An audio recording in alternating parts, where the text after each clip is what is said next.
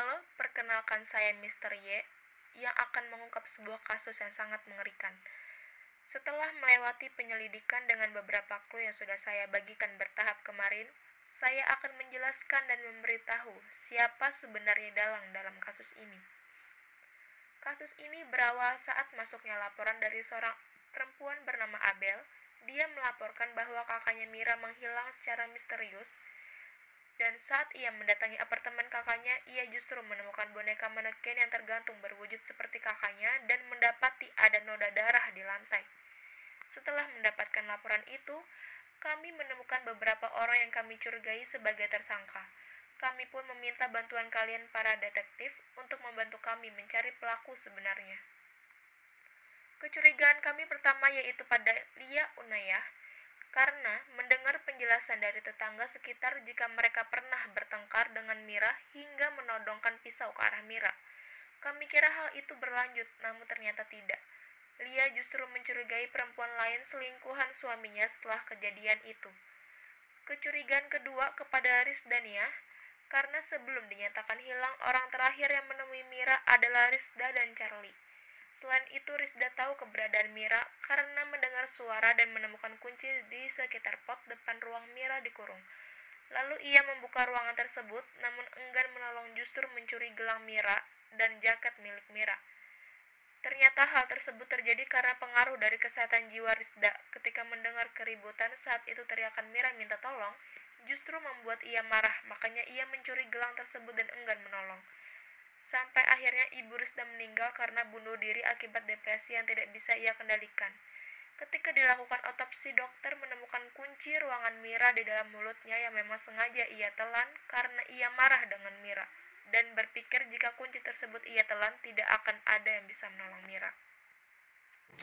Kecurigaan ketiga kepada Charlie, karena ia menjual manekin yang sama seperti yang ditemukan tergantung di apartemen milik Mira.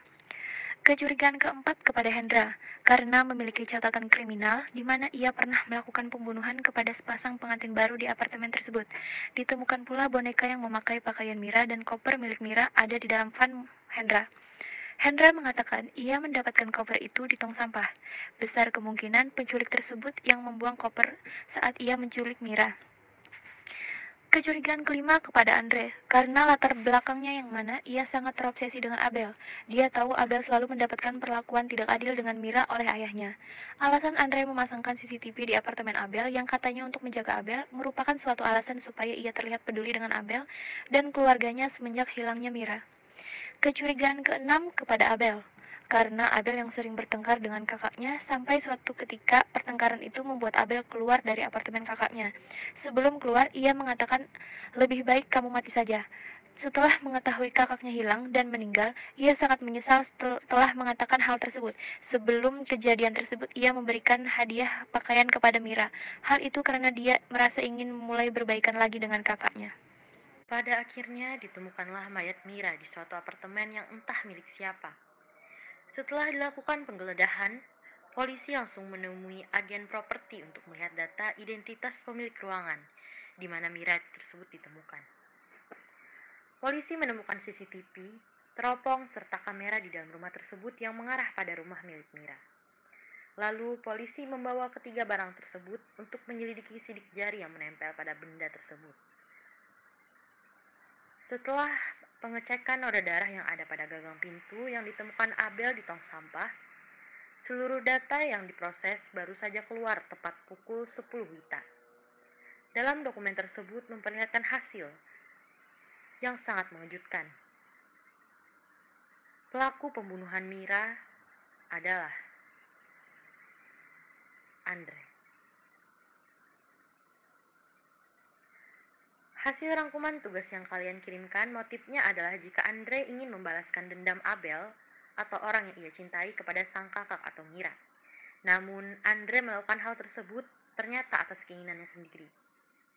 Selain sidik jari dan data dari agen properti, terdapat pula potret Abel yang mana itu diambil secara diam-diam.